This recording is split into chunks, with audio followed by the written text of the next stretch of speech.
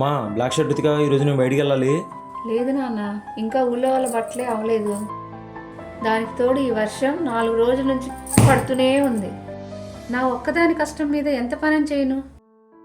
అయితే ఇప్పుడు ఆ కంపు కొట్టే బట్టలు తెలమంటావు నన్ను బయటికి? ఇప్పుడే ఆరేసా, ఆరాక వేసుకొని వెళ్ళు. అది ఆరదాకా నేను ఉన్నాను, కానీ నాకు ఇంకో 500 ఇంకో షర్ట్ కొనుక్కుంటాను. నీ బాబు ఏం వెళ్తా వెళ్తా నాకేం కట్టలేమి ఇవ్వలా. నా కష్టంతో నిన్ను పెంచుకుంటూ వచ్చా. ఇంట్లో ఎదుగొచ్చిన కొడుకుని పెట్టుకొని ఇంకా కష్టపడుతూనే ఉన్నా. నువ్వు నాకు ఇవ్వాలి, పైగా నన్ను అడుగుతున్నావు. సిగ్గు ఉండాలిరా. నేను ఇవ్వను, పోరా. నీకన్నా నా ఫ్రెండ్స్ అయినా ఇంకా మా అడిగినప్పుడల్లా ఎంతో కొంత ఇస్తూ ఉంటారు. డబ్బులు ఉంచుకొని కూడా లేవంటున్నావు. వచ్చి ఇంట్లో ఉండాలంటే నా అసహ్యం వేస్తుంది. అయితే వెళ్ళరా, వెళ్ళి వాళ్ళ దగ్గర తీసుకో. నన్ను ఎందుకు అడుగుతున్నావు? నువ్వు వెళ్తాలే, వాళ్ళ దగ్గర తీసుకుంటాలే, మళ్ళీ వస్తానే చూడు నీ పంపకి. పోరా పో, బెదిరిస్తున్నావు ప్రతిసారి.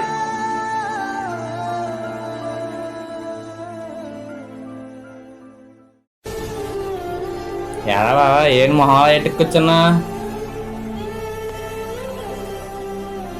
దీపావళి మతాబుడు వెలిగిపోతుంది ఫేస్. ఏం లేదులేరా, ఎప్పుడు ఉండేదేగా. మా అమ్మని 500 అడిగా, వెళ్ళిపోమంది ఇంట్లో నుంచి. ఉంటే ఇచ్చేది కదరా, నీకంటే ఎక్కువేంట్రా. సర్లే కానీ దసరా నవరాత్రికి విజయవాడ వెళ్తాం, వస్తావా? విజయవాడ?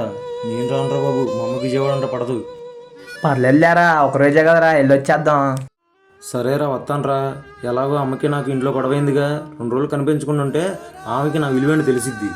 కానీ నా దగ్గర డబ్బులు లేవు మామ. డబ్బుల గురించి ఆలోచించరా, మేము ఉన్నాంగా. అరండా బయలుదేరదా, నువ్వు రెడీగా ఉండు.